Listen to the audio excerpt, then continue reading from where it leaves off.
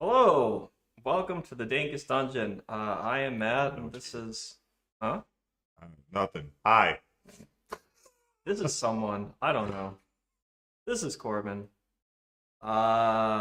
Today we are following in the latest Final Fantasy spoilers.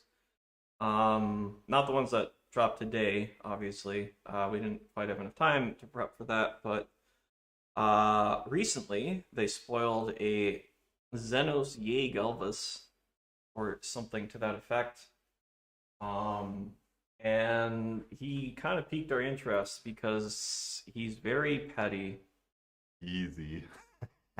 There's so many Kanye references. Yeah. So, for those of you not familiar with this card, my first friend, when he enters the battlefield, choose a creature an opponent controls until end of turn. Creatures other than Xenos and that creature get -2/-2. We'll call that creature the chosen one. Sure. Distinguish it. Yes, I'm coming. Uh, and then when that creature leaves the battlefield, you transform Xenos Yeah. into. And this is what we're This here is the for. important part. Shinryu, Transcendent Rival. The flying 8/8, and as it transforms, you choose an opponent. When the chosen player loses the game, you win the game. So, basic plan for the deck, which we'll write out in text. Game plan. Step 1, cast Commander. Nope. 2, Gaslight everyone. yeah. I mean, basically. Basically, we're gonna try to convince everyone not to kill the chosen creature until we're ready to kill this chosen creature.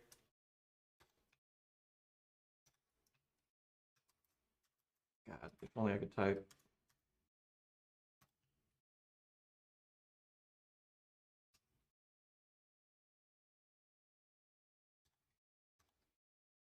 Yo. Take these hands, claws, paws, whatever you want to call them. Yeah. So this is gonna be, I guess, basically a Voltron deck. We'll Yeah. have some interaction as best as Mono Black can afford. But yeah, your basic game plan, like Matt said, cast commander. We'll get into the gaslighting part later. Uh, Kill the chosen one Chosen one. and aggro somebody out because in theory a bunch of people will have some amount of commander damage marked on them, so when they least expect it you'll just sneak in and slap somebody to their grave and that'll win you the game.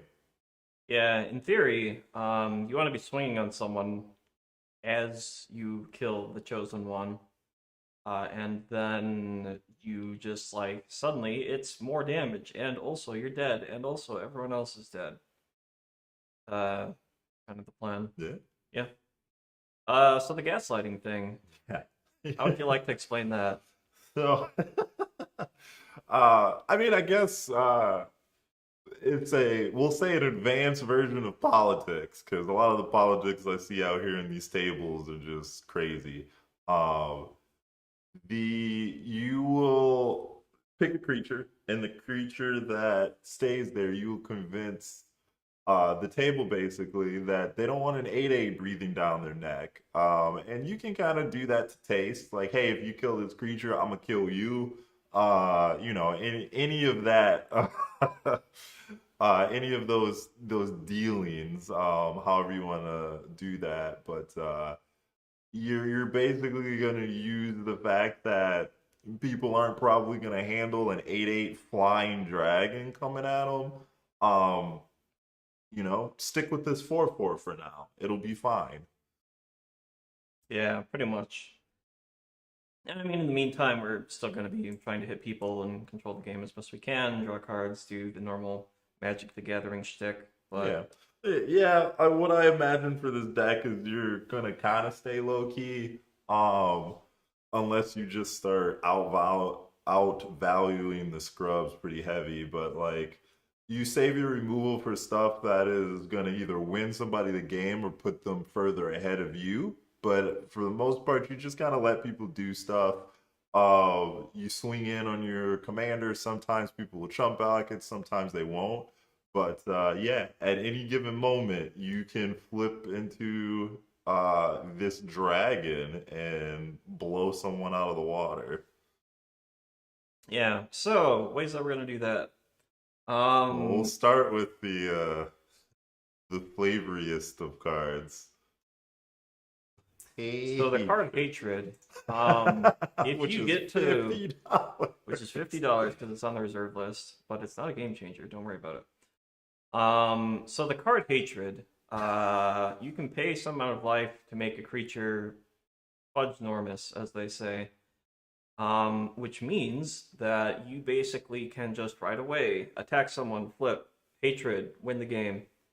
It's a lot harder to do like when you have to kill everyone with commander damage. Like obviously hatred isn't really that good if you're just killing one person and losing a bunch of life to do it. Right. But when it wins you the game, it's pretty good. Yo. I have played this card in Greven Ilvec, the commander deck version as well, because it is pretty good with Greven. And also, his face is right on the art right there. That's thematic. So much flavor win. And it will be better in this deck, hopefully. I would like to look for more cards to give +X+O and see if there's any good ones, like maybe the Shoal or something. I don't know. Shoal is -X/-X. Oh, That's never mind. kind of the opposite of Yeah. what you want. There aren't a lot of like really good ways to do it. Unfortunately, like Unspeakable Symbol, you would have to pay 33 life, I think it was. 37? I don't know. 39, yeah. Yeah. You'd have to pay 39 life in order to Go to 1. yeah. I'll go to 1, but you're dead if you don't do anything, and if you do, I get to lose. So that's not particularly great. I suspect that a lot of the time we're not going to be one-shotting people, since we have a 4/4 and probably a bunch of ways to pump it. I imagine that we're going to be mostly attacking for smaller chunks. Sure. 100%. Obviously, ideally, any way that we have to pump our commander gives at least 3 power, because the breakpoint of 11 commander damage means that you only have to hit someone twice instead of 3 times. Anything less than that, I don't know. If you are flipping it, obviously. I mean, Unspeakable Symbol might not be the worst anyway, because let's say we just give them value, lifelink. We just put counters on when we want. It'll help keep them alive against blockers. Like, you don't have to just like dump on it. So yeah, and also symbol, the art is sick. The art is something, that's for sure. Yeah, you're probably not going to be one-shotting anyone with this, but who knows? Especially if we are going to be including some amount of life-linking stuff. This works well with that. If you've built up a large life buffer, ways to do that. Shadow Spear for sure. Shadow Spear. It does not reach us over the 3 power threshold, but it's just a very good equipment. Trample and lifelink, very good. Sometimes you can mess with people's 1 rings or hexproof creatures or what have you as well. And you can find it out of Urza Saga, which we are probably going to play because we're mono black and it doesn't really hurt. Yeah, Commander's Play might not be a bad idea. Commander Plate's probably fine. Makes it close to unblockable, gives it some kind of protection. It's less money than hatred. He's Iron Man. Okay. Yeah. But no, like I think, cause I feel like there was, maybe I'm imagining things. I thought there was a card that wasn't hatred that Obeka played to pump itself to get extra upkeeps. I can't remember what it was. Pump itself to get extra upkeep. Yeah. It's similar in a similar vein with Hatred. That's why I was like, let's search for stuff that gives plus X, but maybe Spellback is also 3 colors. yeah, no, it was black though. Okay, mono black. Yeah. Yeah, it was a mono black card. Okay. And I can't remember what it is. So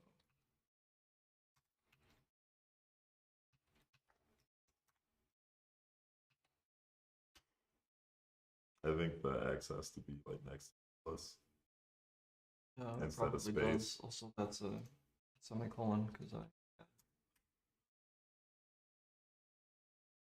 Altar of the Goy did it. We don't need to look Uh, anywhere I else. don't know about that one. Ah. One thing I was thinking about is maybe playing the A criminal pass wouldn't be bad, Nightmare depending on how Lash many type creatures things. that we would have. Yes. Creature cards in your graveyard. Like we can put it in the considering, depending on how many creatures we have. Yeah, I feel like we're not going to get there, but we'll see. I mean, probably not. But Howl from Beyond. We just need a bunch of mana. That's all. oh, Liliana of the Dark Realms. That's what's up. Yeah. Okay. It's a nice little value card. Yeah, it's a way to get swamped and then pumps our commander, and sometimes you just get a million mana. Enchanter's Pike is a maybe. Yeah, I agree. Put it in for now, but we'll see. Act weapon. I mean, that would help with our unspeakable symboling ourselves into the dirt. But I don't know if we're paying 4 mana for that effect. Probably not paying 4 mana. Discarding a card is also probably not something we're super interested in. As we have difficulty drawing cards because our commander doesn't. I mean, we're going to have cards in the deck, but Strength Testing Hammer is fine. Maybe I'm plugging. Huh. I guess. Okay. No. Whatever. All right. Well, we did it. Do we want to play like Nightmare Lash? I mean, Nightmare Lash doesn't give evasion. It sure doesn't. So I feel like those are kind of like medium. Yeah. Okay. What other things do we want? Do we want like Oh Nagata? Oh Naginata? Sure. Yeah, that.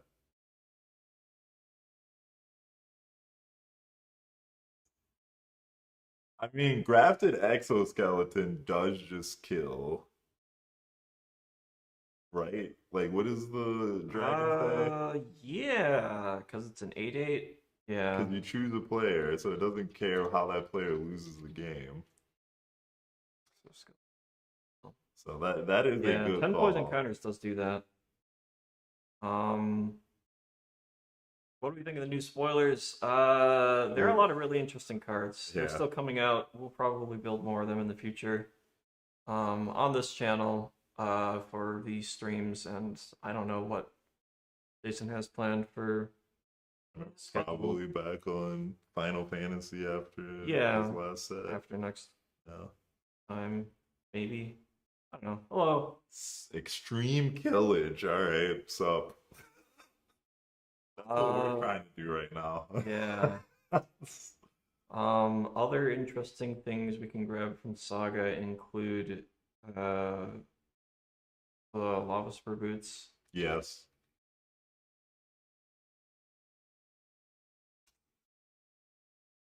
Wow. You already got a bunch of commanders. Stop. Yeah, Yuna's good. And Yuna's probably good. Man, if I known Bahamut was a summon card, like that would have been sweet when I was clowning you guys. Oh well, whatever's. Maybe I'll just replay that. I mean, feel free. That'd be pretty funny. Card's 9 mana, but you do I guess. I think that's probably fine-ish for right now.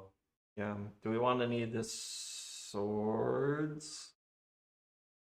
Fire I mean, and fire and ice. ice probably, and maybe feast and famine. Feast and famine seems reasonable. I wouldn't really play any of the other ones. Do we want Phyresis? It doesn't win by itself, but it's, something. I think exoskeleton's probably enough at that point. Silver Shroud costume is fine. Yeah, I mean it's also a combat trick if they try to, or Yeah, that's most of the reason, honestly. yeah. Like I wouldn't play Whisper Silk Cloak, but I'd play that. Yeah.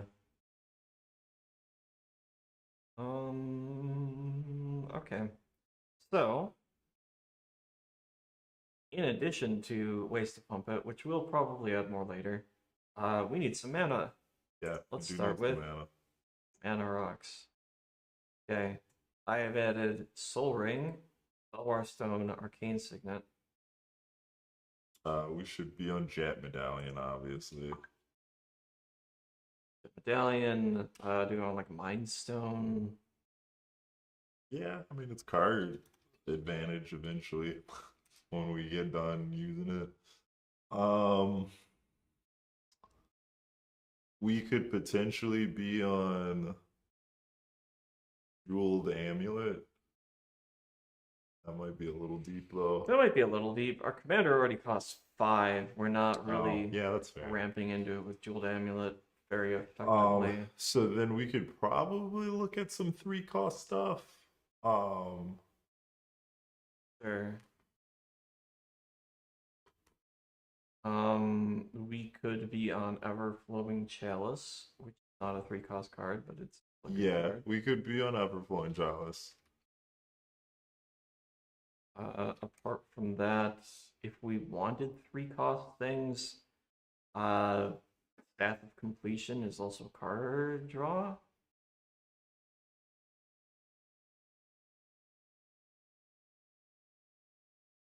Yeah. Yeah, we can try that. We're not proliferating a whole lot right now. It proliferates Unspeakable Symbol, but Yeah, proliferate isn't the important part. The important part is that you can 2 life that, a mana, and draw a card a card for for life. life. It's half of a Sylvan Library.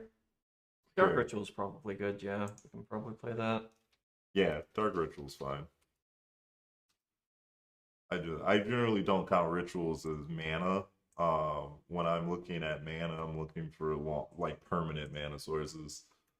Rituals still get added to decks, obviously, but I don't count that so that you make sure you actually hit your land drops and whatnot.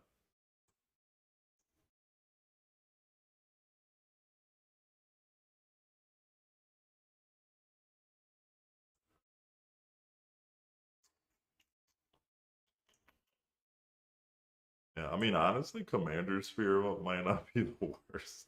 We need something mono black, but I mean, so we could always play like Worn Power Stone. I was thinking about Warren Power Stone too. Like going from 3 to 5 is important. Yeah, So need to take that. Feel free.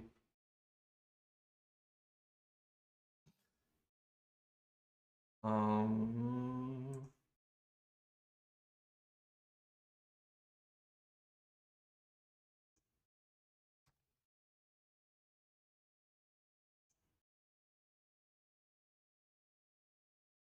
um,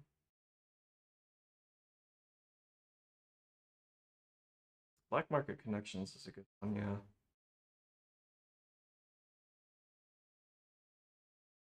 And also doubles this card draw, which is neato. 9's probably a good start. Come up with more later. We can always add them. yeah, 9, like for a 5-drop, 9 is probably fine. We also have Liliana that'll help get us into more swamps. And then we can play stuff early like Mind's Whisper. So Light's Whisper? yeah. Yeah, you said Mind's Whisper. say your mind was elsewhere. My mind was elsewhere. Okay. Okay. So, part of our plan is to actually remove the chosen one.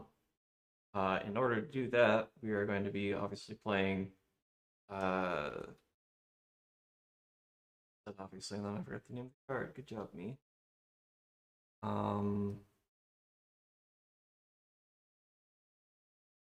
My mind is blank. It's the free spell. Black. Deli Rollick? Yeah. Black Market. Did we put? Yeah, we did. Okay, Yeah, we did. I'm caught up, guys. His mind is elsewhere. Snuff Out is pretty neat, and I like that card. Snuff Out is pretty neat. Confirmed. Oh, Yeah, this will be bracket 3, probably. probably. I forgot that I was going to look at.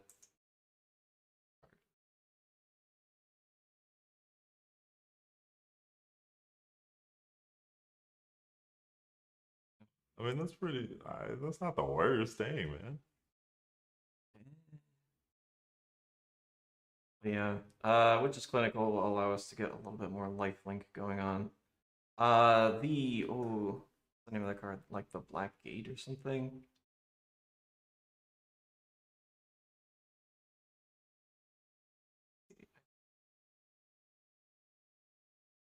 Nope, that's Nope. not it. It is a.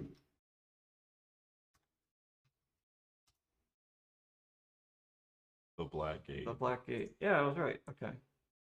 This is a good way to make our commander do things unblockably, potentially, hopefully.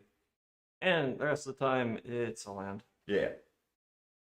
It is neat.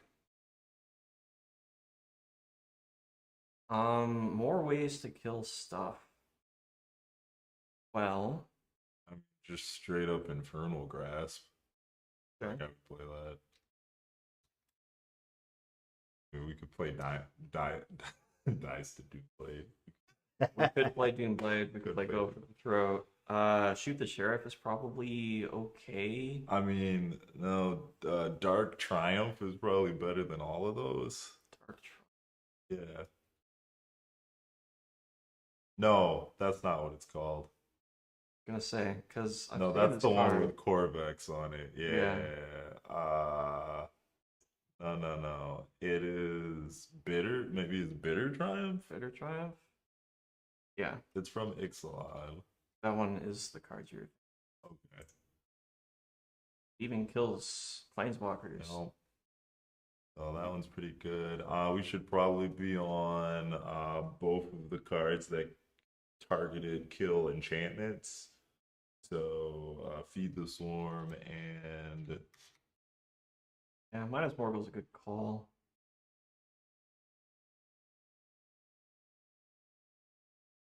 oh sure, yeah. It's kind of expensive to do it, and it does enter tapped, but it's probably worth it. Yeah.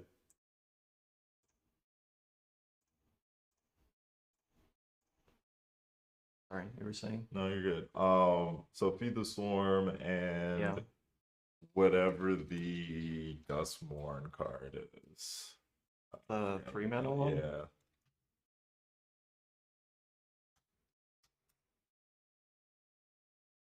That was. Yeah. I was wondering.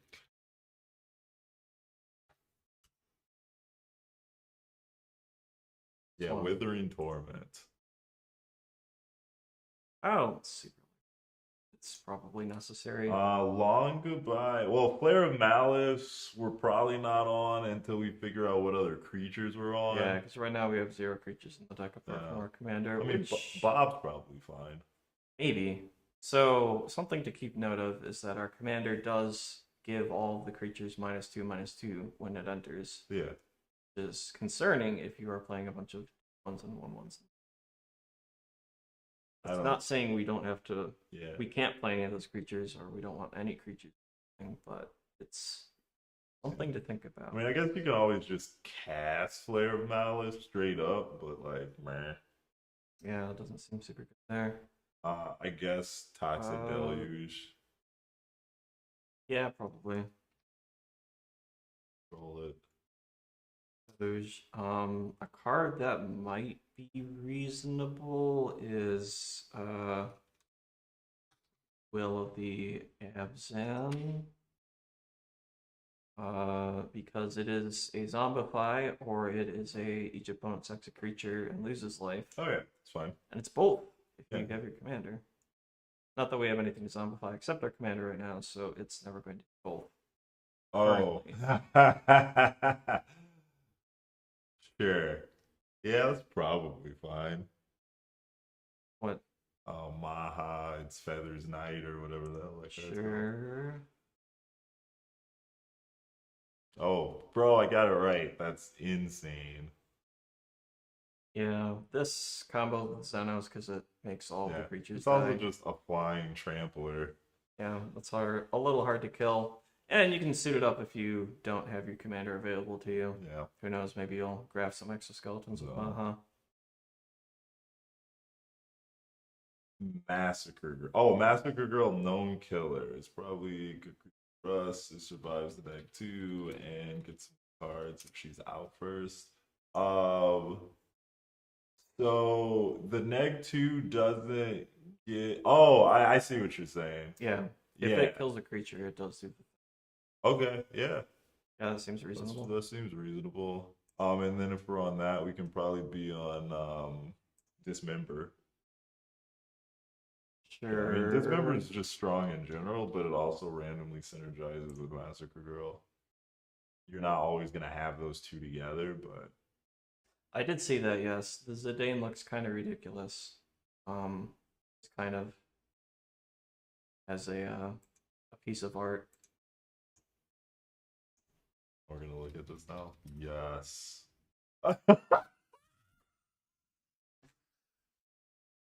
Yeah, I mean,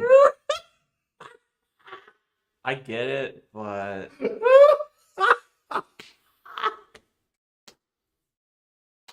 I need that.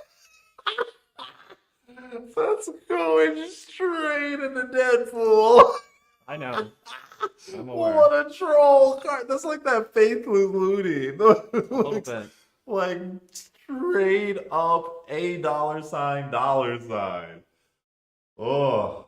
Bat. What does bats do? It's like a split second. It's like a split second AoE kind of weird thing that you target a bunch of stuff. Oh man. It's good with Maha specifically. Oh sure. I don't know that it's great the rest of the time in our deck though. I mean, we can put it in the considering pile. Yeah, maybe.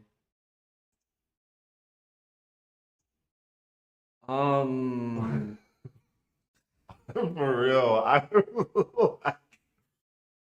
oh my gosh. Yeah. We could play Sickening Shoal.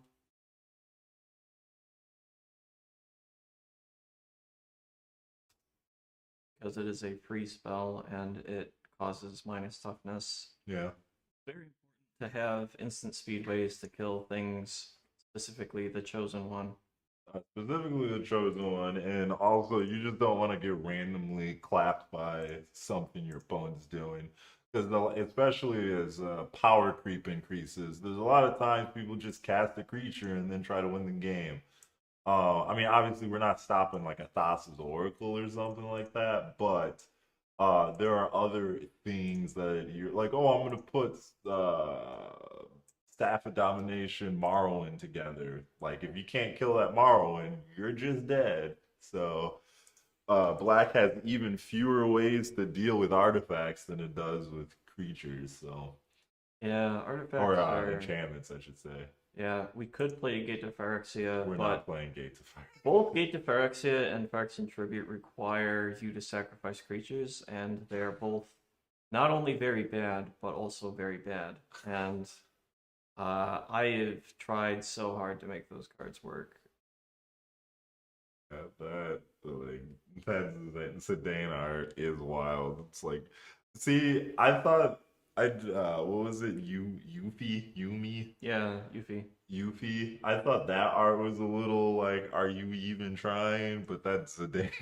Yeah, that's like the official art for that, and it's like they made it in 1997 or something like I, that. But I get it, but like, yeah, the Zidane, like, woo! there's better art of Zidane out there. I am mostly certain. I mean, they probably that looks like that though, because they probably wanted all that art to like look similar, right?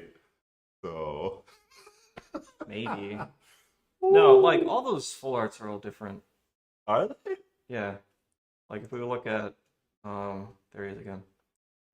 We look at all the Final Fantasy through the ages. This is Oh, official sure. So art. yeah, It looks it's much just the different. Dane and Yuffie that look similar. It's not really Wow. that similar. I mean, they're just in like they're similar in the vein that they're just in the middle of their card with nothing else going on at all. At least with what is his name? Furion. He's like got that up close thing. It's covering most of the card. They're just in a sea of like blank space. Just like, here you go, guys. We're done. Sure. Anyway, enough of that. There's something I was thinking about. Final Fantasy Tactics.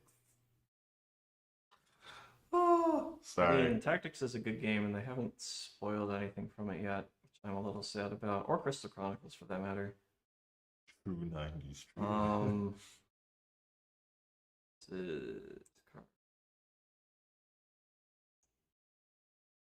I mean, are we on Phyrexian Arena? Probably. I think we can do better than Phyrexian Arena, but maybe.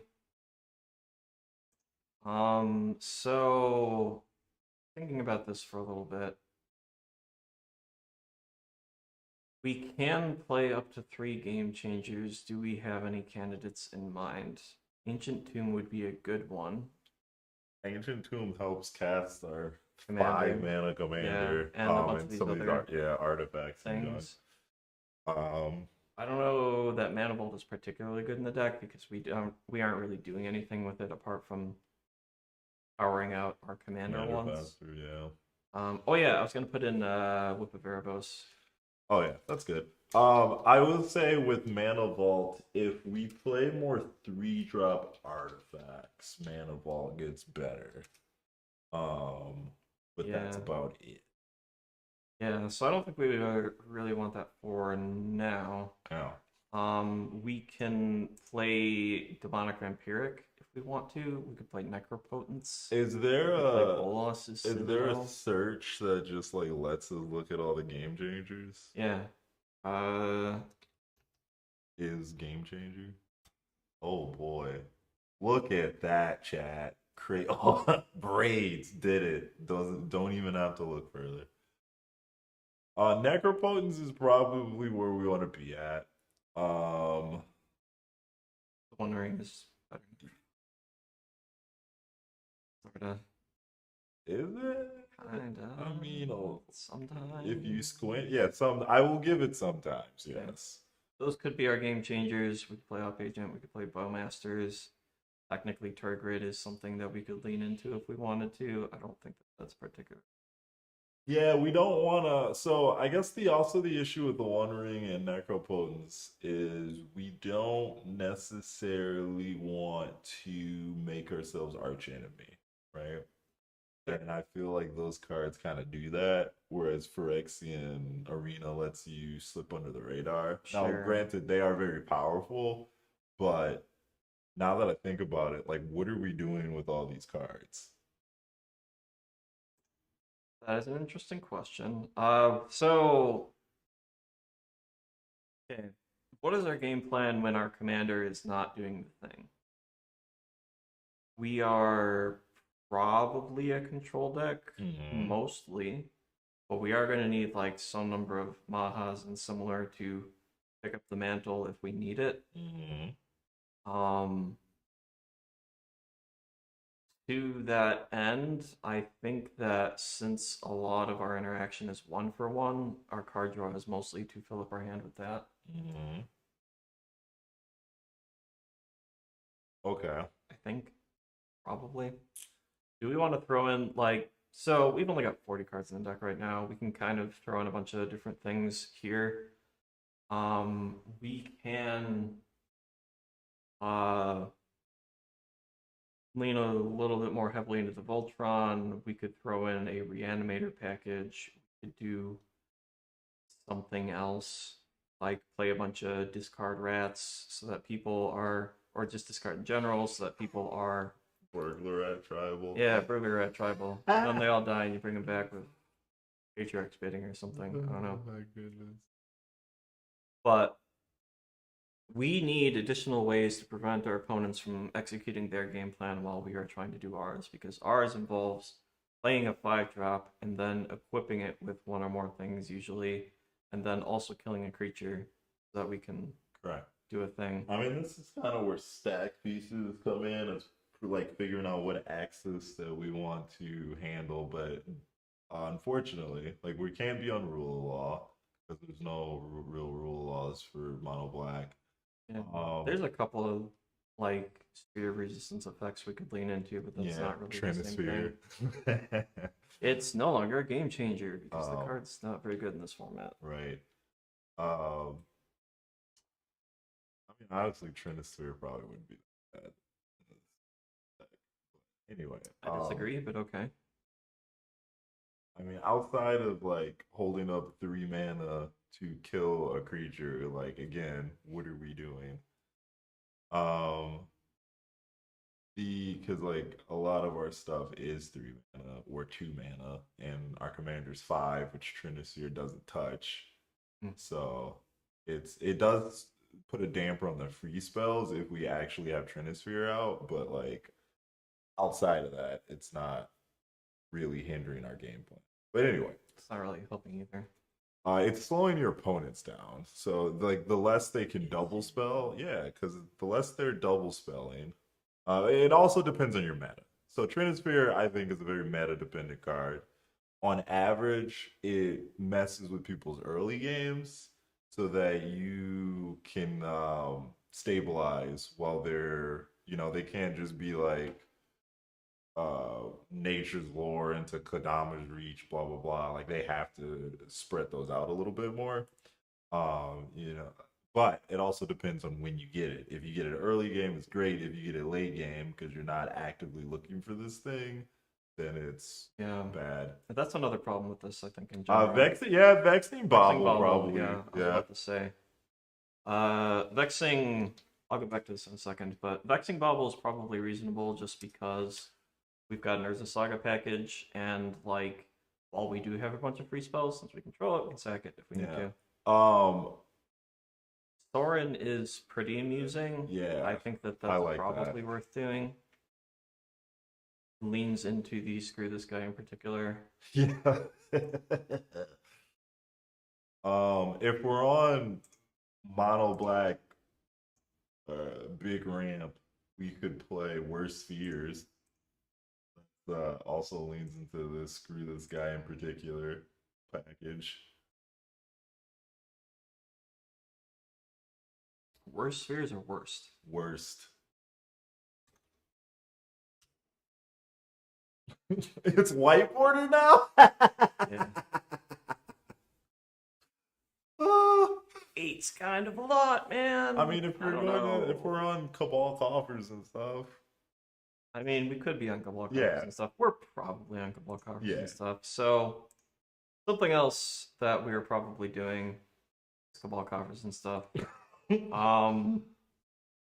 By which I mean we're playing Urborg, just to help a little bit, even though we are already mono black.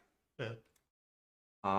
We're gonna have plenty of utility lands. They're not gonna be swamps. Like we've already got 5 of them. And then Cabal Coffers. Then sure. Then allows us to get a bunch of mana. It's especially useful with Urborg because it turns itself into a swamp. Because normally it does not tap for any mana. Also whiteboarded. We can also be on Expedition Map. Yep. Since we're I on those was bad boys. about to get there. Helps with our game changer too. Expedition Map is pretty neat because you can find it off of Urza's Saga to go get one of the Urborgs or Cabal coffers, or you can use it to find Urza's Saga if that's what you need. Oh yeah, that was the thing I was going to put in. None of those things. None of those things. I mean, honestly, if we're gonna play Overwhelming Forces, we might as well spend the same amount of mana to play Decree of Pain. Yeah, Decree of Pain is just better in a lot of ways. So Withering Boon is a favorite of mine in mono black decks and control decks that don't have blue. Interactions. Am I blind? It's the you Right there. keep passing it. All right. Because it is a counterspell, which is something that you don't get a lot of in these colors. Counter creature spell, including Thassa's Oracle sometimes. Yeah, we can be on Imps. Yeah, Imps Mischief. Imps Mischief is probably reasonable. No longer $25 because they finally reprinted it. I feel like there's another thing in these colors. Not Muck Drug, but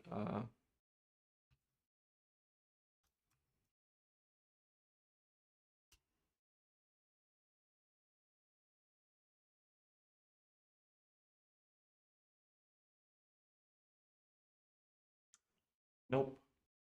Things up. Okay. Yeah, we're probably not on a temporal extortion. If we were on a way to keep getting it back, a la Zhao Dun, that card would be more appealing to me. But at that point, I might as well go find Soren and clap somebody with that.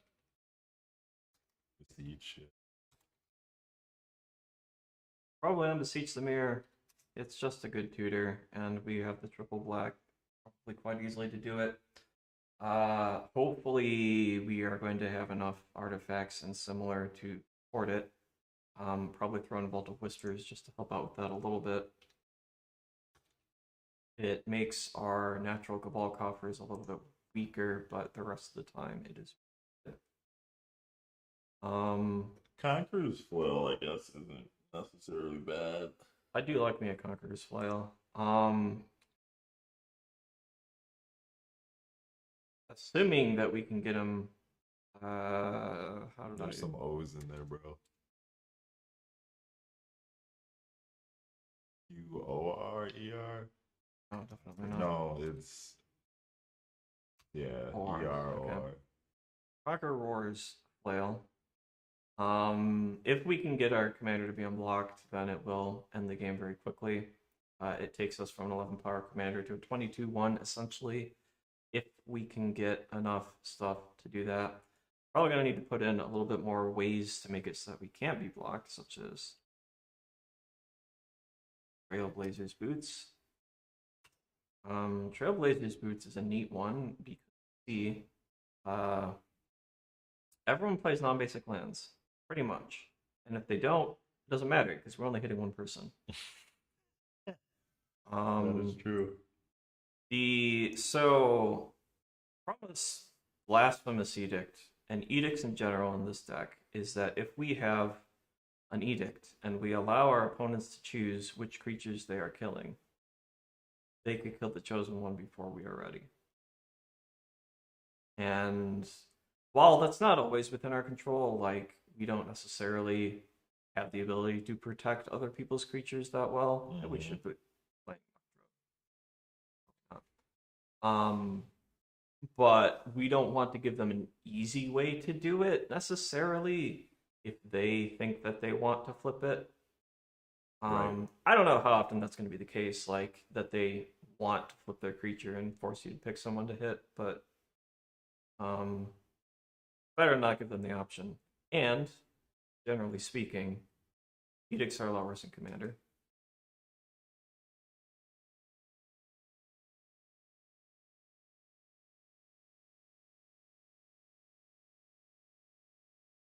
I was kind of doing that on purpose, but I suppose if you don't like it, we can change that.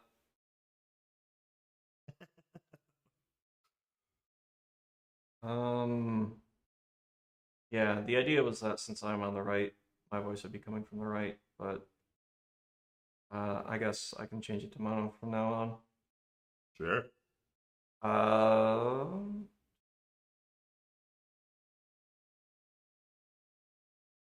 You be lit. it's probably fine. What else we got going on? Yeah, it's a good way to get rid of a commander in a way that is more permanent. Oh, I was thinking of Inquisitor's Flail when I said all those words before. Conqueror's Flail's fine. The Inquisitor's Flail uh, You flailing. doubles all of your damage and doubles all the damage that your creature takes. But it will kill someone very quickly. Well, randomly we are talking directly to you, spawns. So that's that is what that. When we're talking directly into your ear, that is for you and you alone. Yeah, something like that. Um, I hope when I said that it went directly yes, I'm sure you did. to Okay. So we have a few tutors. We probably want more additional ways to find wall coffers if we're going to be doing the Yeah. wall coffers things. Ooh, excuse Do me. we want Beseech the Queen? Because it gets Yeah, Queen's probably fine. lands. I don't know how I feel about Dark Petition at the moment. We have a lot of instant sorceries though, so it's probably fine. But I don't know if the up cost, like upfront cost of it being 5 mana makes it better than like a Diabolic Tutor. Yeah, if we're not necessarily going to be using the mana, it's probably not great. I don't know that I like that. Tripcast and all those doublers are also fine. Yeah, Bubbly Muck is probably man.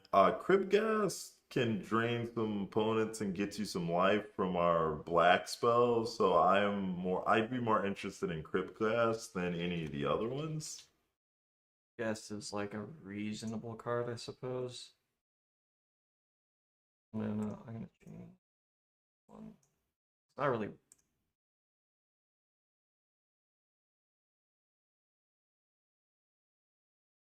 Um,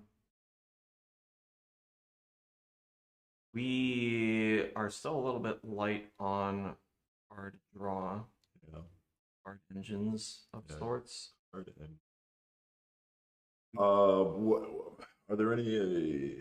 No, black planeswalkers that. Draw you cards? There are. Oh yeah, I guess Lolith. Yeah, but like Top under Nicholas. under 5 mana. Under 5 mana. You ask too much. Yeah.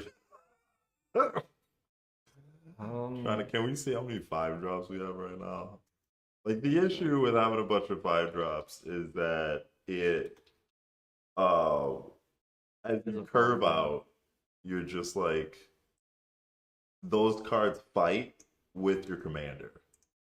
And you generally don't want that level of tension. So like you can have cards that match your commander's casting cost. This is more important for commanders that you want to be casting on curve.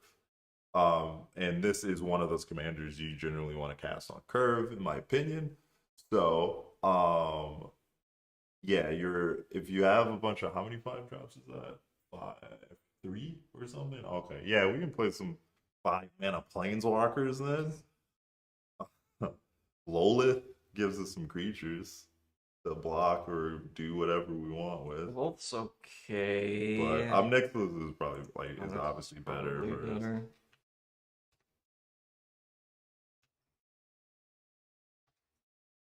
Try 6 quick. there's anything that jumps out at us. Deepest betrayal. Like Arch, I guess. I don't know that we're gonna have that much Mana laying around. Yeah. Well, mana and permanence just hanging out. Connections is already in there. This is card draw, and it makes our creature unblockable. Probably worth doing, I think. Oh, sure. Yeah. The equip cost is a little high because outrageous. it's not a halfling. Yeah. But, Blood Gift Demon. Dang, bro. Alright. That used to be back in the day. Back in my day. Call of the Ring is actually pretty reasonable. The word, the skulk part of it is not going to be particularly relevant when our commander's trying to get swole, but it loots when you attack if you have second level of the ring, and the fact that it just is another Phyrexian ring on its own, if you can get a creature into play. Yeah, it also starts hitting people for a lot.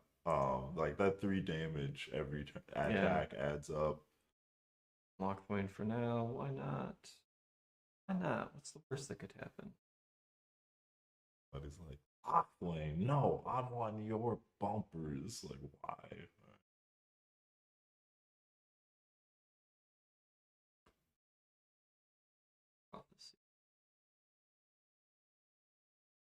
Sonic Pack. Red presence. Yeah, someone did suggest that earlier, and I thought about it. It's probably worth playing. Obviously not going to be playing more than one land a turn, so yeah, but the fact that you can just like machine gun down some creatures sometimes, I guess that's a good reason to run fetch lands as well. Yeah. With Urborg specifically, they are all swamps, both coming and going. Eye of Vecna is probably not worth it. I have not been impressed with the card even colorless. I have tried it.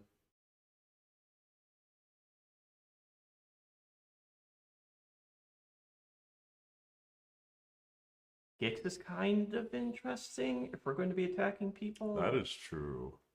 I don't know how often we're going to be doing a lot of attacking people, but it is something we could play. Yeah, maybe our opponents will. Oh, maybe because like if we have enough stuff, we can put something on Gix. Well, put something on Gix, but also just like kill their creatures so they don't get the triggers. Okay. I don't know if we're on greed. That might be a little too greedy.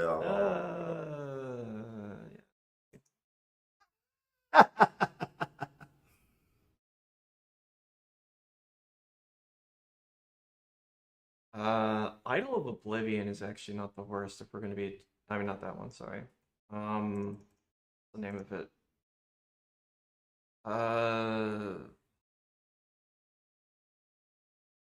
We'll probably run into it later. Okay. I don't know. I'll start that sentence again once we get to the point where it's actually useful. Okay. Technically, it draws us cards. Yeah. Gate of the City sort of draws us cards. Does make bro unblockable. It makes bro unblockable. Yeah, I guess. Discarding cards is, again, not really something that we can just do willy-nilly. Yeah, we'll probably have enough lands to discard, though. In theory, but we'll see. Maybe. Like, obviously, these decks, to reiterate, are just what we think are decent foundations for you to start. Obviously, sprinkle to taste. And your meta, don't just be like, oh, well, Corbyn and Matt said this was like the goodest thing and blah, blah, blah, blah, blah. And like, okay, bro, stop. Commander's not a warrior, right? No, I believe he's a knight. Yeah. He looks like a knight. Pretty sure he's a knight. Mind's Eye is kind of funny. Kinda. Yeah, I guess. Mind's Eye is generally good when you're on big mana stuff, but I don't know how much big mana we are. Necropotent's obviously an option if we want to on it.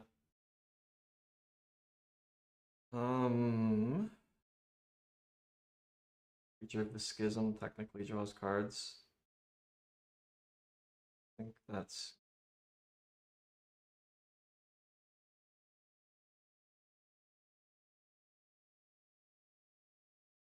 Crawling Crawler. We could play top. Top doesn't really draw cards, but like kind of reasonable. Unstoppable Slasher. All right, bro. Unstoppable Slasher is funny, but it's not. Especially if we want to go to Citadel Land, top's pretty good. Yeah, but what does Citadel Land do for us? Draws cards. Yeah, but then we don't need tap for that. Yeah, but top plus Citadel is very good together. Sure. And top's pretty decent by itself too. I mean, sure. I get what you're saying, but I'm not convinced we're gonna be on Bolas' Citadel. Okay. We do. We know where to find top. Yeah, we know where to find top for sure.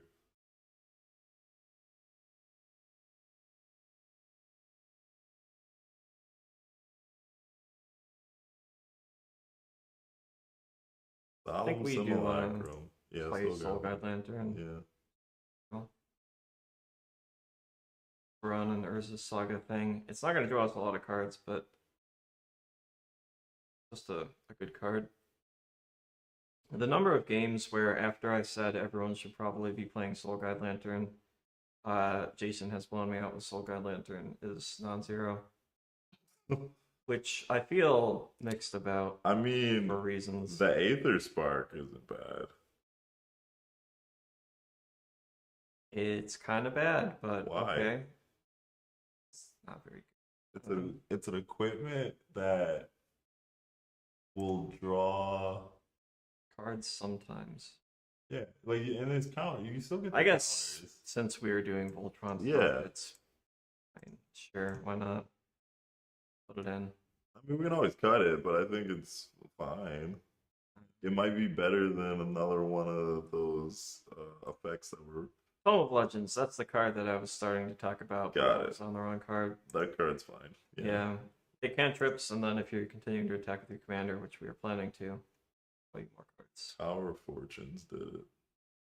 I have played that in a deck before, but I don't want to play it here. I don't know how I feel about Underworld Connection. I think I'd rather just play Phyrexian Arena. I mean, we are on Phyrexian Arena now. But... Okay, good. Good. Yeah, we wouldn't be digging this deep if I hadn't already put in Phyrexian Arena. War Room's kind of like a better Locthwain sometimes-ish, sorta. Probably worth it. Okay, that's the end of this. Yeah. Do we want Zephyr Boots? It's another thing that we can get off. Loots. It loots, it gives flying, which is important, and we can get it off the Saga. Yeah, we can try it, see where we're at. Let's go back to the deck. Nyx Lotus. Yeah, maybe. It's not bad. What are our permanents like?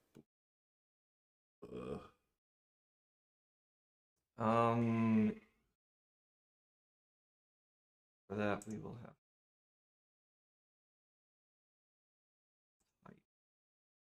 because right now, like none of these artifacts are black except for Whip of Erebos. Arcturna and all these, I'll give a few, I guess, but the problem with Nyx Lotus in general, I think, apart from the fact that we are pretty low on things that enable it at the moment. I mean, it's not 0 or anything, like it's going to tap for 3 to 5 mana sometimes, but we don't really have a way to untap it and stuff, and I don't think... We are playing a lot of artifacts, aren't we? Oh boy. So hear me out. Yep. I'm not gonna put in on Clockle. Okay, good. Manifold Key, however. Oh yeah, that makes Commander unblockable. Makes the commander unblockable. We can get it off of Urza Saga. It's pretty good with Nyx Lotus if we were to put it in. Which Would we maybe have a we way to do. sacrifice the One Ring if we play it?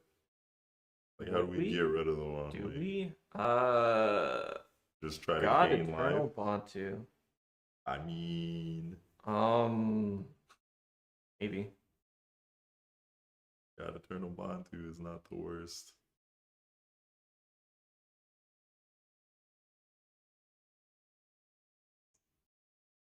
So God Eternal Bantu is a large dork, and when he enters, you get to sacrifice permanents and draw cards. That's pretty cool. When it dies, just put it in exile. You get it back eventually, maybe, Yeah. which is fine. I don't know, but yeah, I think this is shaping up to Stack be a of, One Ring yeah, deck, that's why I asked. and more importantly, Mox Opal deck. Because Mox Opal, you see, is not a game changer for some reason. So, yeah. Yeah, To that effect, do we put in Nyx Lotus? sure. Sure. It is kind of like a backup to Ball Coffers that does not need an Urborg to do things. Which is fine. We should like, well, once we figure out our land issue, playing cards like Scry 2, the 3 mana draw spells are probably good. I probably wouldn't be on the double black draw spell, but the three, like Ninth Whisper is probably fine there, but the 3 mana ones I think are decent. Specifically the one that Scry, Read the Bones, and the one from Ether Drift that surveils. Yeah, maybe. Because like we're not really doing anything early game this deck until we're getting to 5 mana. So if you don't have mana to play out, um, being able to play a draw spell to get into some more mana is going to be important. It also allows us to play not 40 lands, which would be helpful as well, obviously. Yeah, maybe. Like 13, the 5 fetch lands that you can play. Yeah, that sounds good. For Urborg reasons that we mentioned before. And card Dread Presence. Dread Presence. Dread Presence, Urborg, fetch lands, good friends. And just and then I have to cut a bunch of fetch lands because I did them. I don't think we want Voltaic Key necessarily. We're not at all in on artifacts. Like we do have a lot of them, but a lot of them don't do anything when you untap them.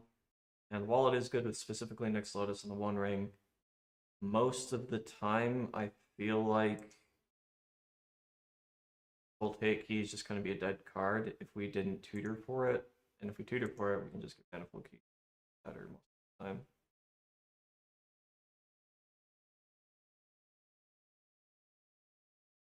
Do we want Crucible of Worlds?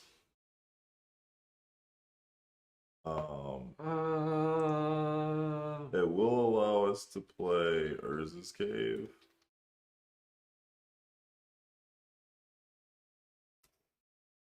I mean, I think we should be under this cave anyway. Yeah. Yeah. I'm not. It doesn't. It synergizes more with that effect, I should say. It also gives us like Wasteland, which allows us to Yeah, recall it. it does untap staff, but 3 is still not, I think, enough reasons to play Voltaic Key. Soul Ring, I guess. If you want to dig deep, sometimes this.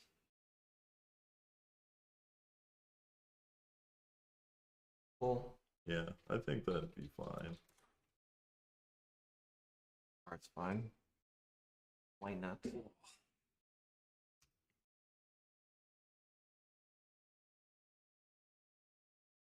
Flora stronghold.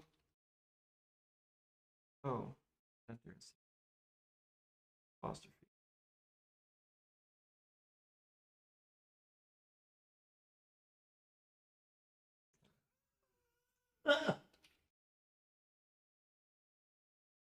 Flora stronghold is more recursion in our land stuff.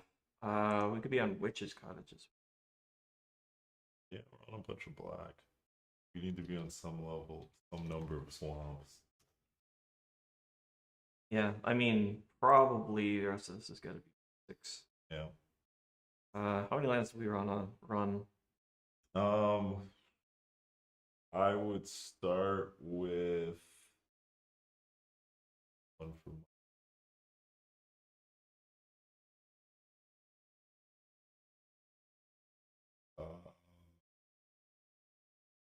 30. It's a 38. I drop command. Sure, and the fact that block offers will frequently not tap for mana Correct. is a concern. So 16 swamps. Yeah.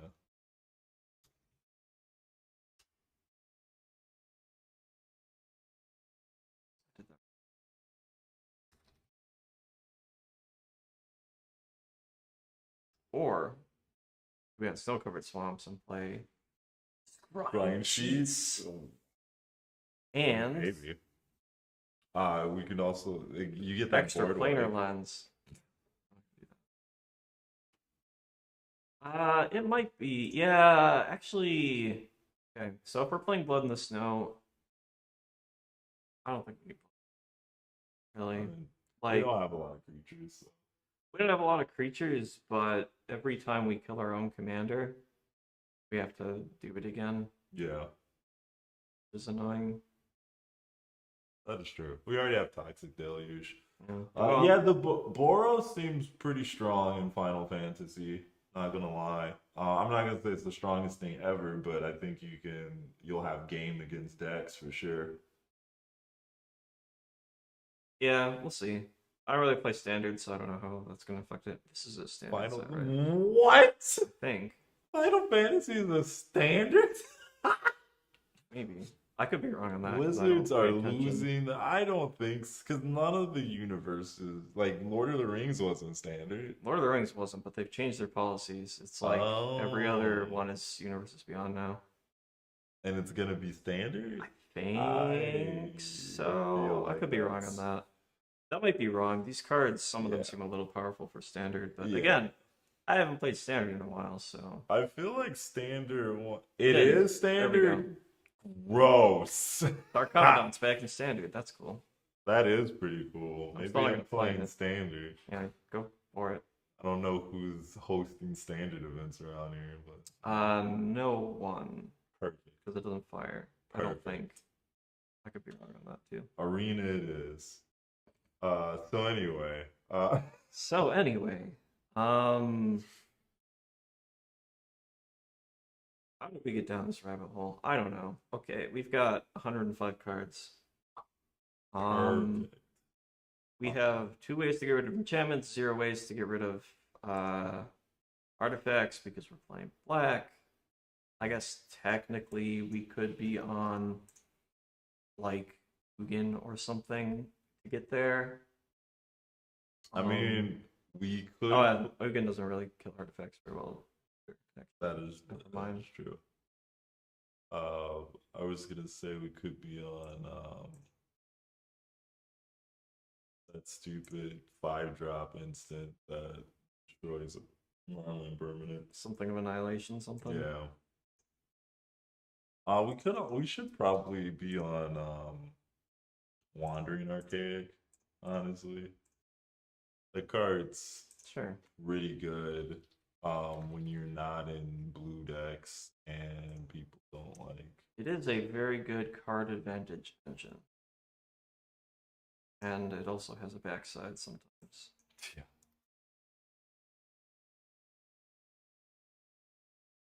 Yes, is and what's the trend? We can probably draw. Good, kind of a lot.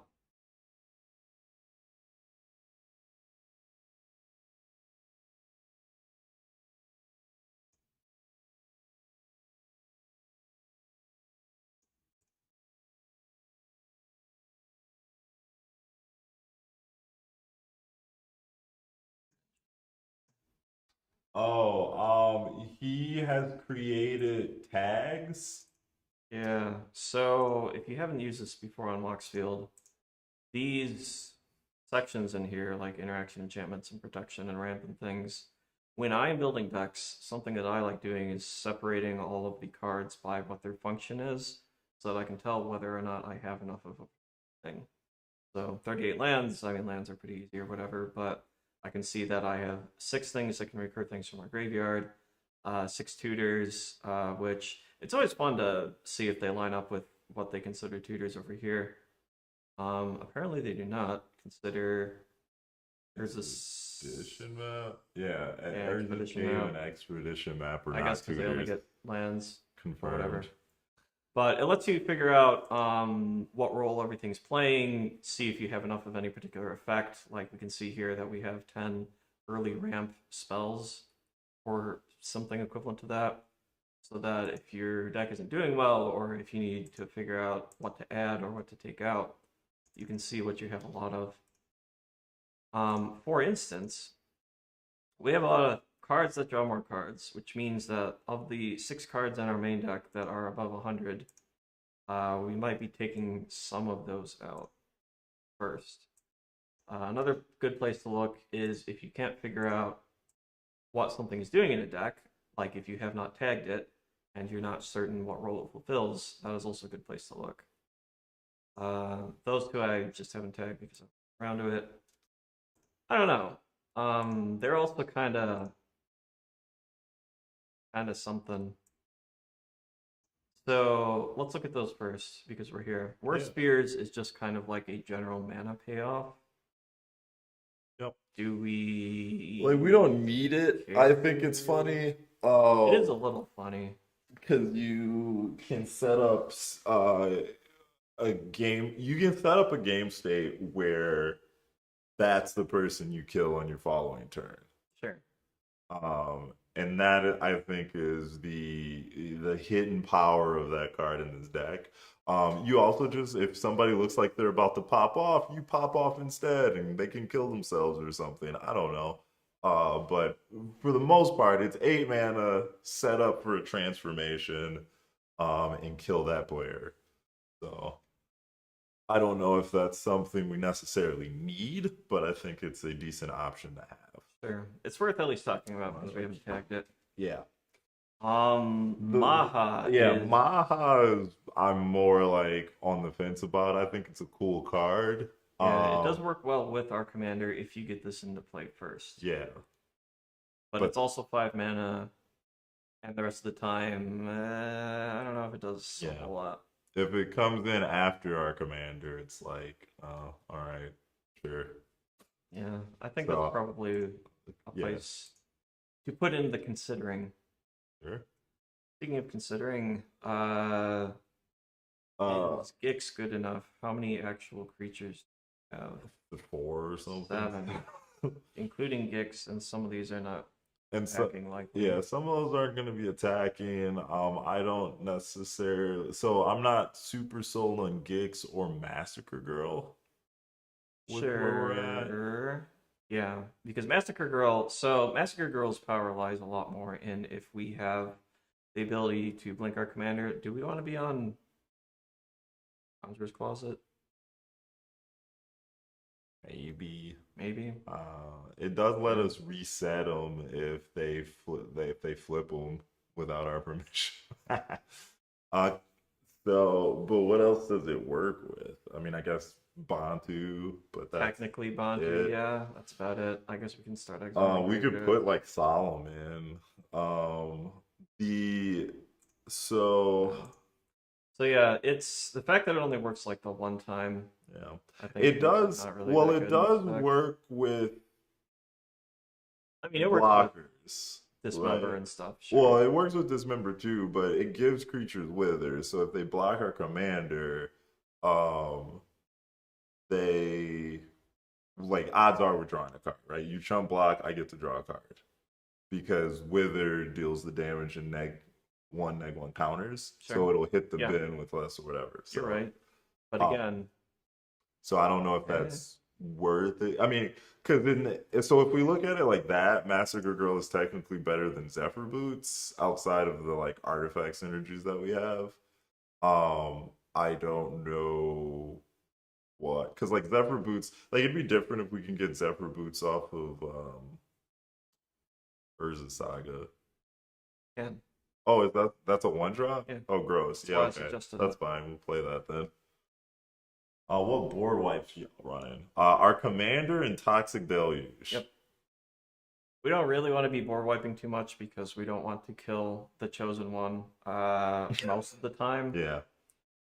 Flipping our commander is something that we want to have the most control over so that we can do full petty mode Yeah. later on. Now, there is a version of the deck that I think you can lean into, which is flipping your commander as soon as possible, and then you run some dragon synergy cards from like Tarkir Dragonstorm. You can also run that board wipe that destroys all non-dragon creatures, stuff like that. We're not on that plan right now, so we are playing a little more of a cerebral game plan than just get big dragon and uh Throne of Eldraine is not bad, yeah. I can't because I would have to spell it. Um, Throne of Tarkir. Format of chosen color, only monocolored spells of that color. Um, yeah. So the problem is that we have like 34 artifacts in the deck or something. Yeah.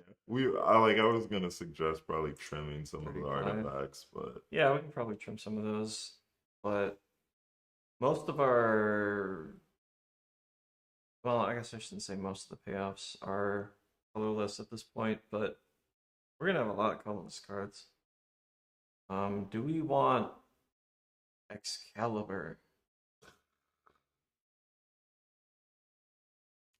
uh you could Yeah, probably not. two shots with the front side of our commander, which is kind of funny. Yeah, that's like reasonable, Uh but one shots with the backside if we have help, yeah, like it is also like a minimal million help. mana though. I mean, I mean, I know yeah. we've committed to that life, but Well, it's a million mana that gets reduced like by 5. horrendously. Well, yeah, all historic permanents, I Yeah, guess. Sure, why not? sure. Okay, why not? Since we are on super mana ramp, do we want to play like Ugin or Ugin or Ugin?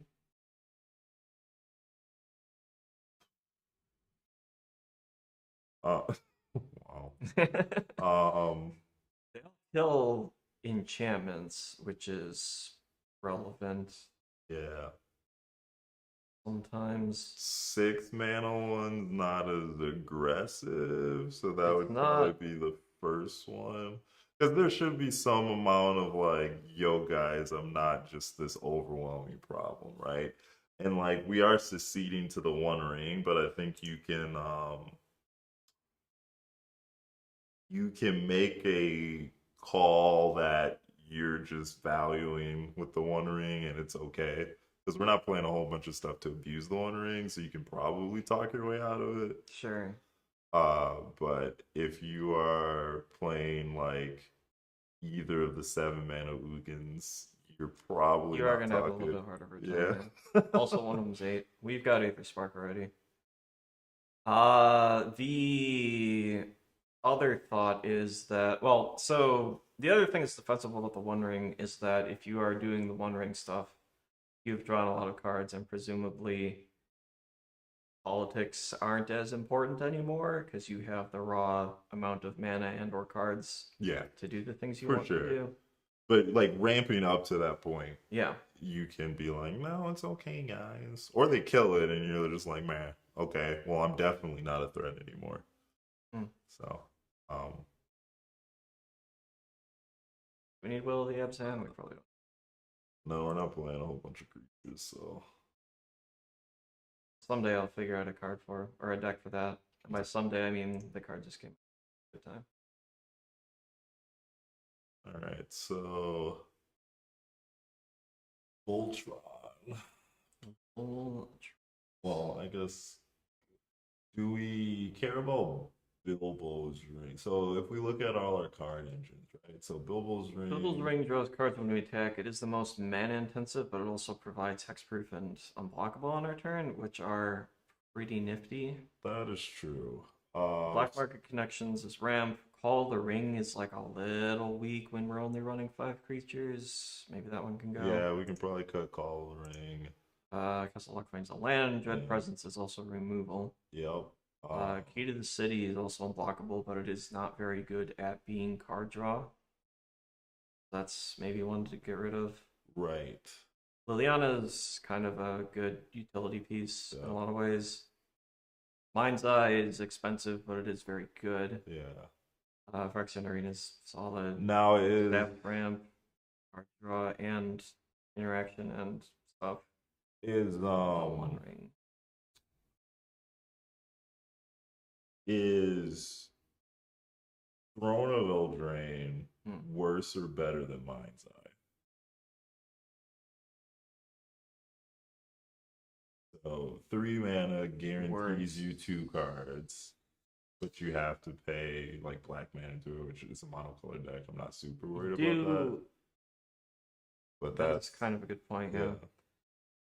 I can see the argument either way. Like Mind's Eye for 3 mana will guarantee you 3 cards, but you don't get to choose the time when you get them. Yeah.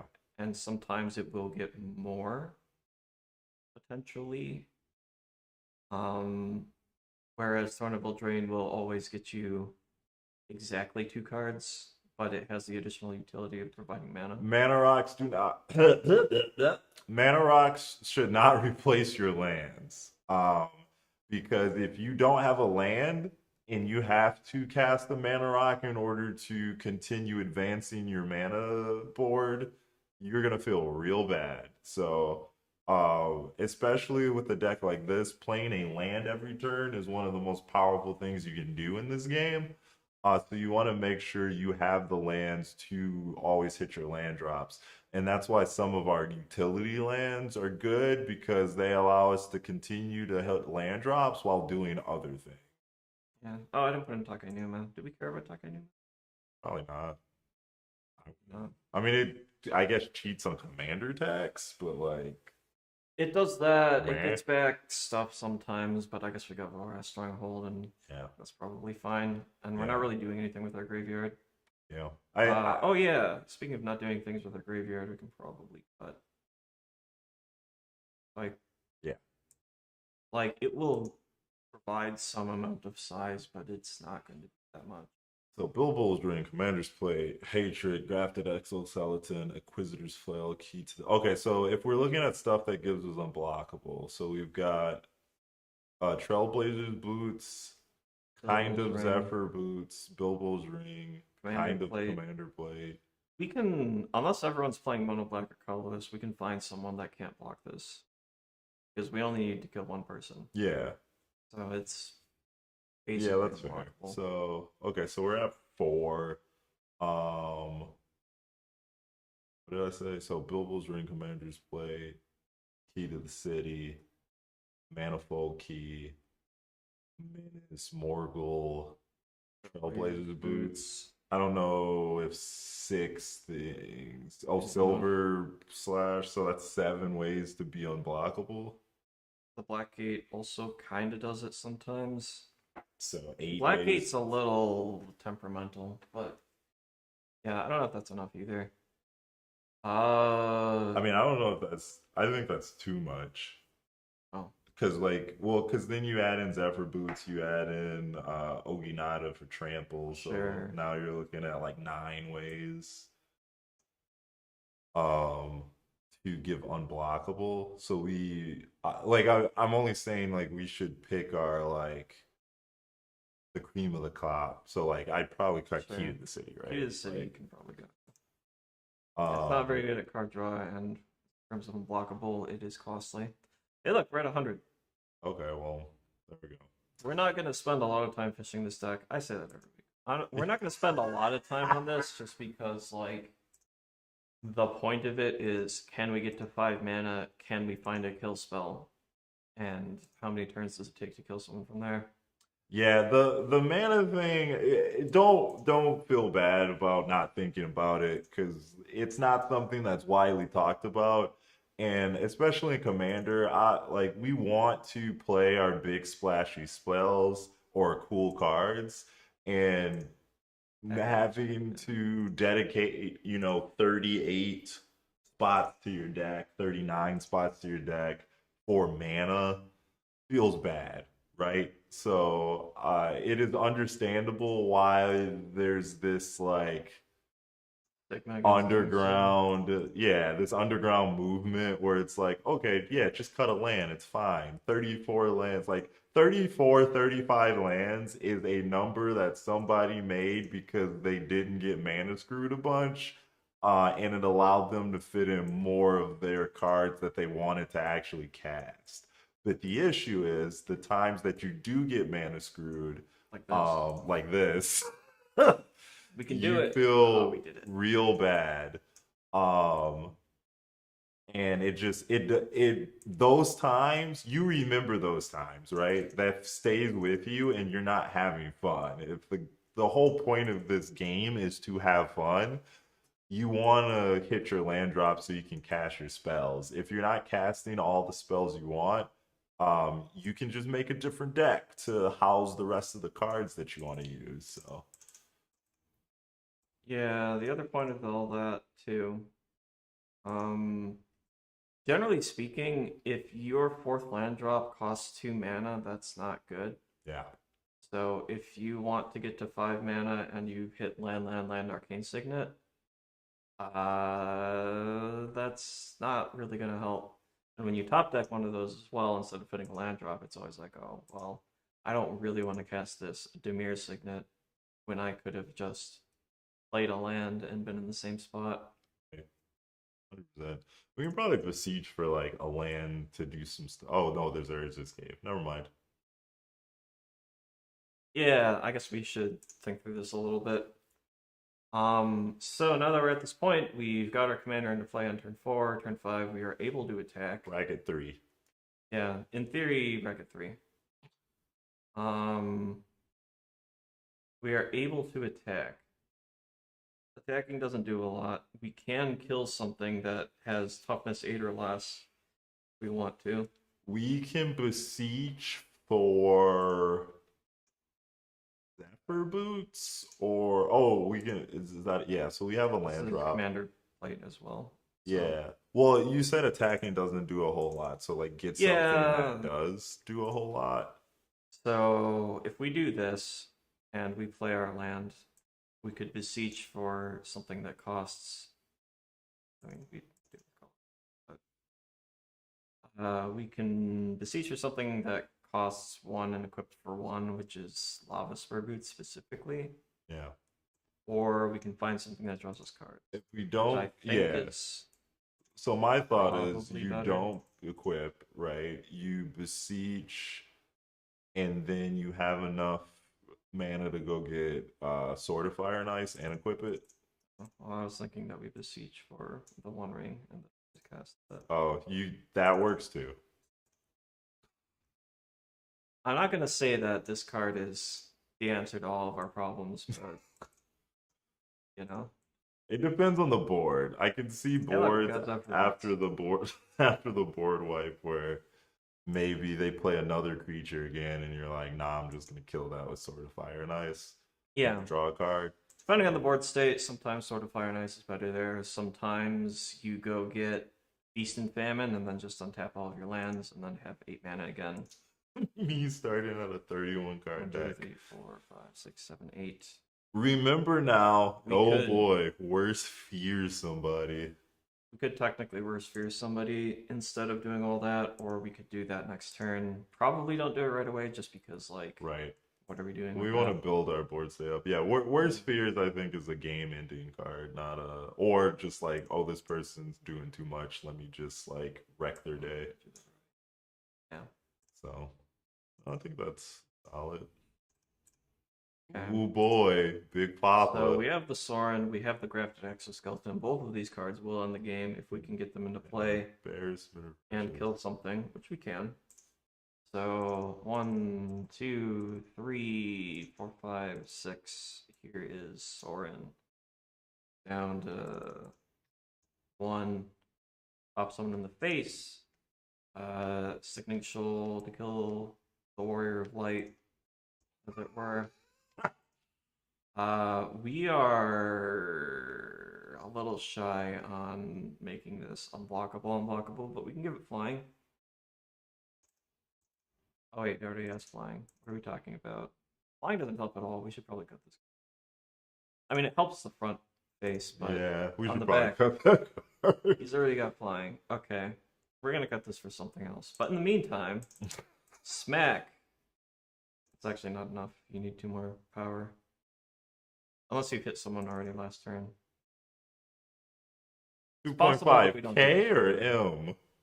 I don't remember. I didn't follow that. I know Post Malone bought it, but like, I don't remember if it was 2.5 Probably thousand or 2.5 million for the one. Okay. You think he could have gotten it for 2.5 thousand? I don't know how I much could is have bought Black it for Lotus. 2.5 thousand. Sure, but how much is Black Lotus? yeah. That. Okay, never mind then. Yeah. All right, 2.4 million or 2.5 million it is. Anyway, what are we putting in for Zephyr Boots? What are we putting in for Zephyr Boots? Well, Zephyr Boots was theoretically card draw and theoretically unblockability, but we don't actually need blockability. Do we want additional card draw? I mean, I would put in Read the Bones, Read the but that's Bones. just me. I think in decks like this, cards like Read the Bones are criminally underplayed. Sure. I would start there. You can always cut it for something else like more specific, Okay. but just having I'm gonna do a quick generic card search draw. because we got time and I'm Sure. interested.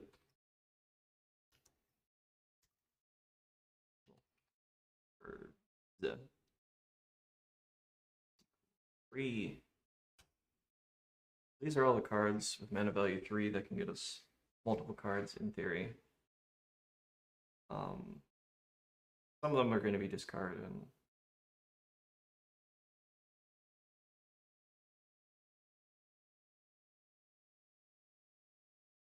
I feel like there's by now something better than Read the Bones. Read the Bones. I could be wrong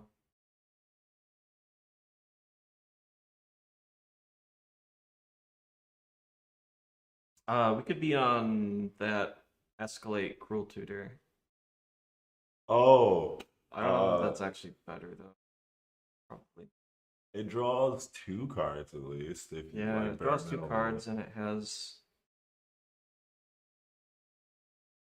Yeah, I mean that gives you flexibility. Flexibility.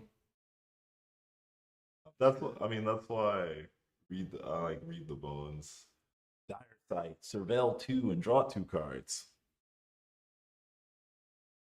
I mean, that is technically better if you're using graveyard stuff or not really. Correct. That's why I just say Read the Bones. Like, and I don't know if we're running 2 of those effects. Oh, demonic lore. There might be a version of Deadpool that I'm on where I'm playing like tribal donate. So like that's Sure. because I want to make it so that I should run harmless offering. This is what we call a combination. It's not very good right now, but it will be eventually. Let's play basic Swamp, Soul Guide Lantern, put them on notice. There we go. There's a Phyrexian Arena. We'll just dump this. Inquisitors, is it? Yeah, Inquisitors flail out here for fun. I mean, I would not. I would sandbag the coffers. Yeah. Okay. Because it only breaks even there. Yeah, it only breaks even there, and you don't want to agitate your opponents right off the bat.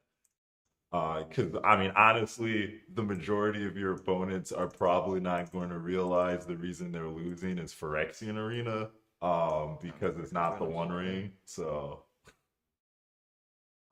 We've gotten to the point where it produces additional mana, so yep. I played our commander, turn 4, did the thing. Night's Whisper should already be in the deck, and yes, Insatiable. It's not in the deck. What? You said instead of Night's Whisper, let's play Read the Bones. You said that at some point. Did I? I Yes, thought you I did. said both, but sure. No. I mean, Read the Bones is stronger than Night's Whisper, but Night's Whisper helps you.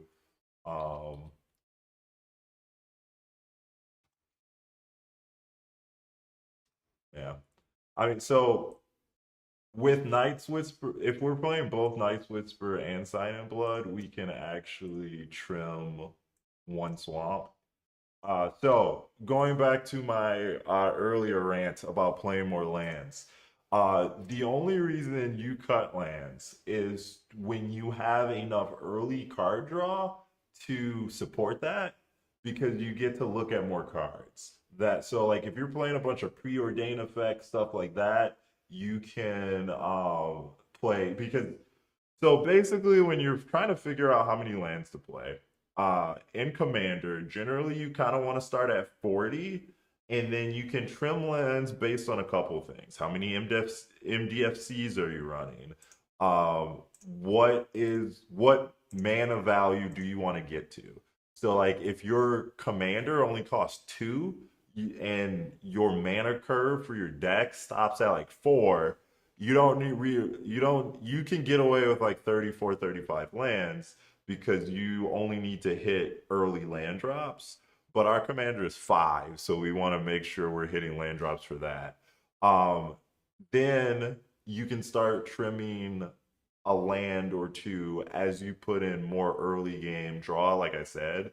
So a very good illustration of this is that my cycling deck only runs like 30, 32 lands, but I only have to get to 2 mana in order to start cycling cards to see more cards to get more lands. And I have an X amount, a large amount of swamp cyclers in the deck. So once I get to 2 mana and I draw a swamp cycler, I'm guaranteed a land that way as well. Yeah, it really depends on what your deck's doing. Like, if you're playing a bunch of cantrips and stuff, that helps a lot. Other formats do the same thing. You'll see, like, tempo decks play, like, in Legacy, 19 lands, of which 4 are wastelands, which they don't really count on for mana. Yep. Because they have a low curve, because they have 8 to 12 cantrips. Yep. But not every deck can do that. Not every deck should do that. Correct.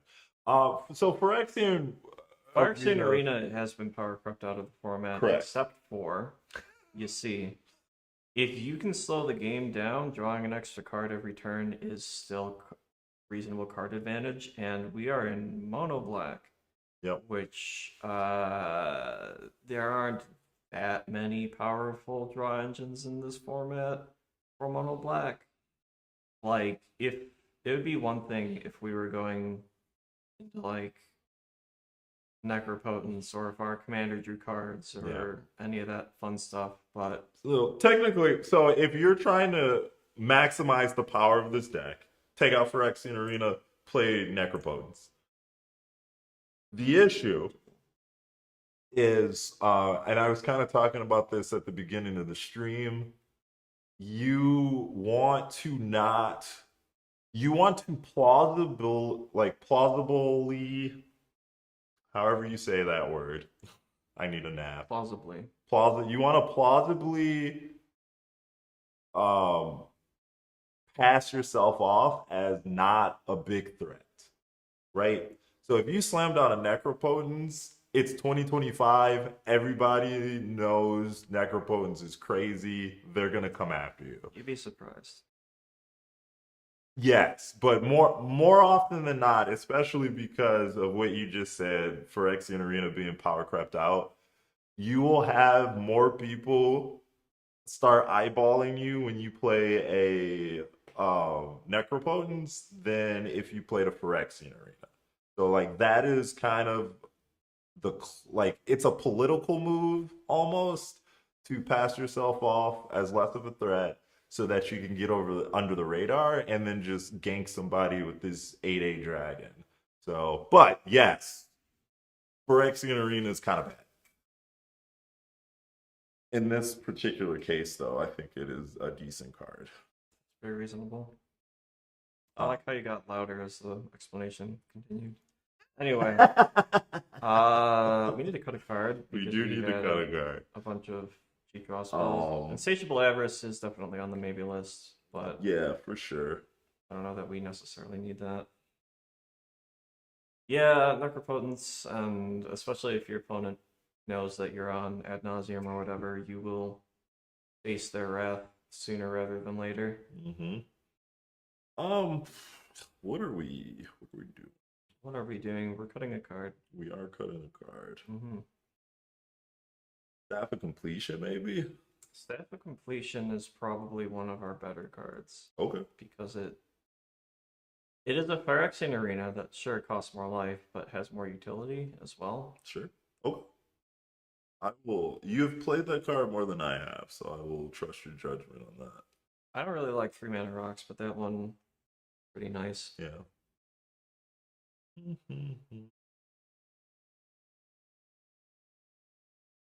How bad are we fiending for Inquisitors, Flail? Or Oginata? Oginata is probably a little bit better because it provides trample. Yeah, I do. And it like gets us part. to that specific 11 damage threshold. Inquisitor's Flail turns 11 into 22, which does end the game.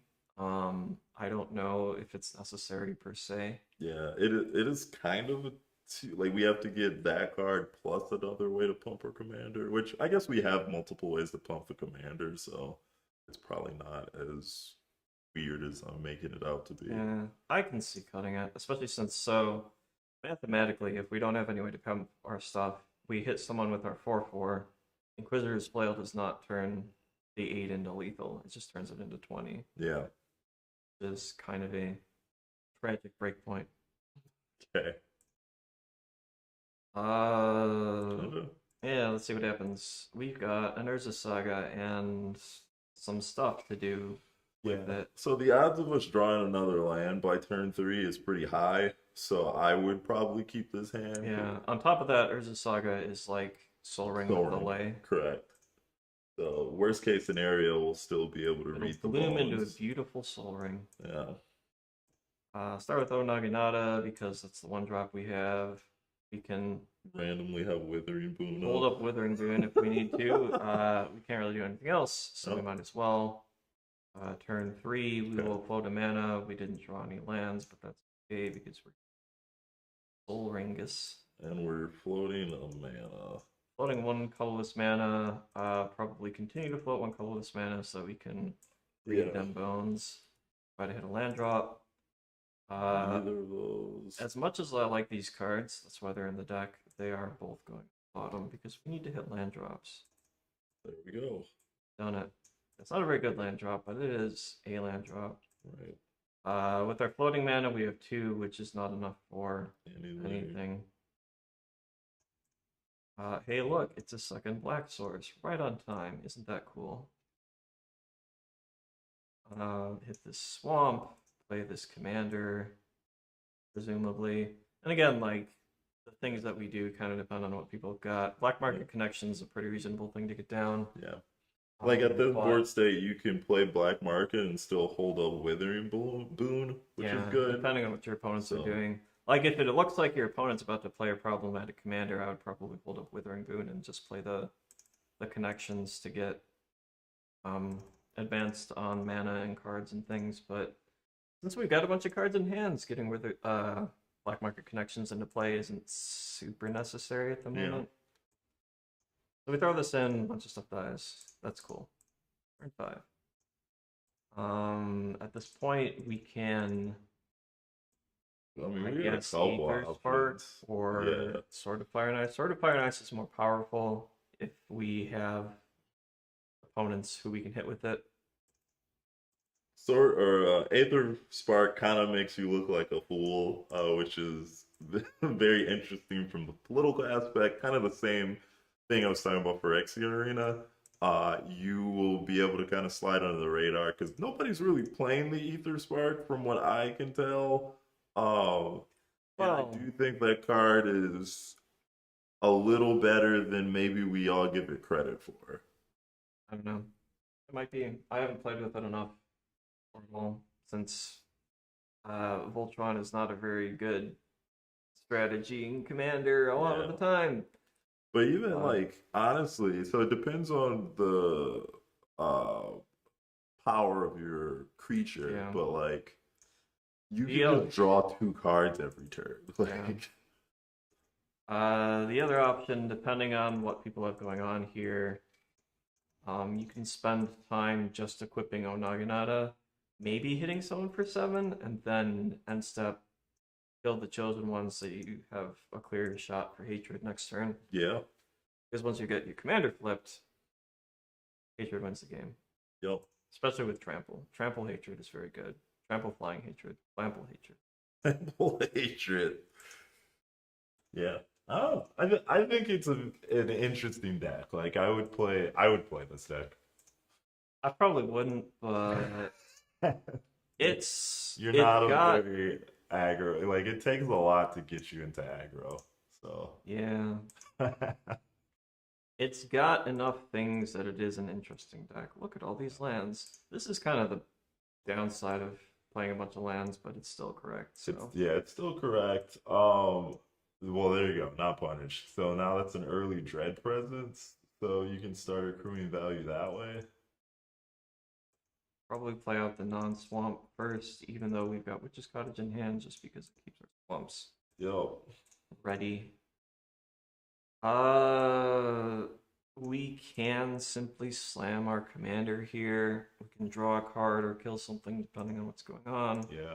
Since we have no opponents, I'm just going to draw the card. It's interesting to note that depending on the texture of the board, if somebody gets out something that's bigger than an X2, you can dread presence it and then slam the commander to kill it. Yeah, if it's 3 to 4 toughness. Yeah. Specifically. Hit another land, do another thing, draw a card, why not? There's Unspeakable Symbol. We can go to -10 to kill someone. I mean, we've been gaining some amount of life, potentially. Maybe. But... So far, I've been playing it like we've been drawing cards off of this. Sure. And also something about Ancient Tomb. Speaking of Ancient Tomb, put this into play just to get it out. So, Unspeakable Symbol allows us to slowly pump our opponent or our creature if he's not blocked. And then we can kill the chosen one and just kill that person with commander damage. Sure. So I agree. It is a slow role play, which is fine. 1, 2, 3. Oops, sorry.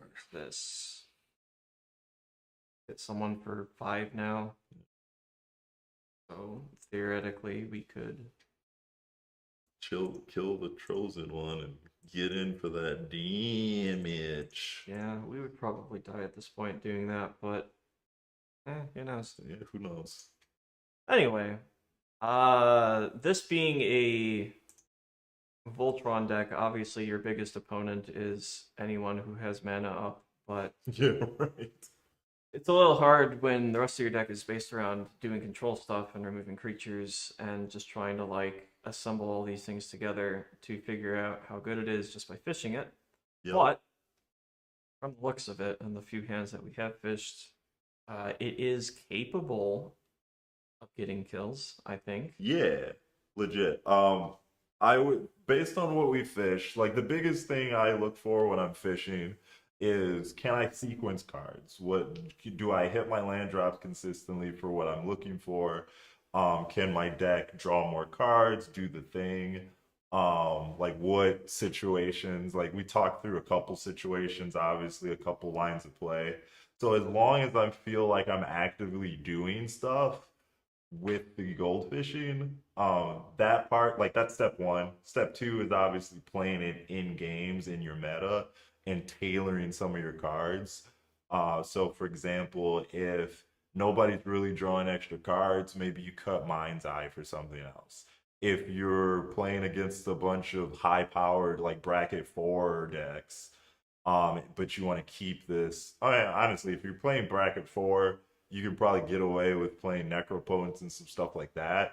Nobody's really going to be able to come after you like that because your cards will also escalate in value as well. But just in the bracket three range, you'll see what landfall decks, stuff like that. So being able to take out their key engine pieces to slow them down is just going to help you in the long run. But Yeah, yeah. when you're trying to assemble something like this, since it's not a very fast strategy, you are mostly trying to make everyone else play as slowly as you are. Hmm. Stacks is obviously the best way to do that, but in mono black we don't have that much of it. That being said, I think we've got a good starting point. Yeah. We are only at 2 game changers. You could add a Mana Vault, you could add a Necropotence, you could add a Bolas Citadel, all kinds of fun and interesting things. But for now, I'm gonna leave it at that, I Yeah, think. for sure. If you enjoyed the video, like, comment, subscribe, all that fun stuff. We have a Patreon. You are welcome to join that if you would like to give the channel some money. You You also get to get join our access to Discord. our Discord that Yeah, Ethos and Goon just post a bunch. And now it's good times. yeah. We other Patreon benefits include you can make Jason play specific decks. Um, which is fun. Thanks. But that's gonna be it for us. We will, I think, next week I am busy, so we're probably not going to stream. Um, the week after that, we'll probably, well, at that point, Final Fantasy will be completely spoiled. We can Yep. probably pick something sweet from that. Yuna and Vivi and a couple other things looked really interesting. Depending on what we're doing for the main channel, I don't know exactly who's going to be picking what for the next one. But yeah, Yeah. anything else? No. All right. Yeah. Thanks for joining us. Thanks for your interaction as always. I joke, but we wouldn't be this far along without any of your guys' help and suggestions. And we just want to, add some content that may be a little different than other channels, a little more, we try to be a little down to earth, and give people practical, use like the stream. We try to be very practical here, right? And obviously our gameplay, we try to be very like, this is what we do normally, though a lot of people say we're all dead inside. Well, I am, but Yeah, right. I did yeah, kind of throw you there's under the bus. yeah, there's a lot of really interesting perspective from being on the channel versus seeing some of the comments that people write, Yeah. especially about me. Those are fun. I take some enjoyment in those. But yeah, okay, we're gonna stop now. Yeah. 'Cause, You guys have a good night. bye. Have fun.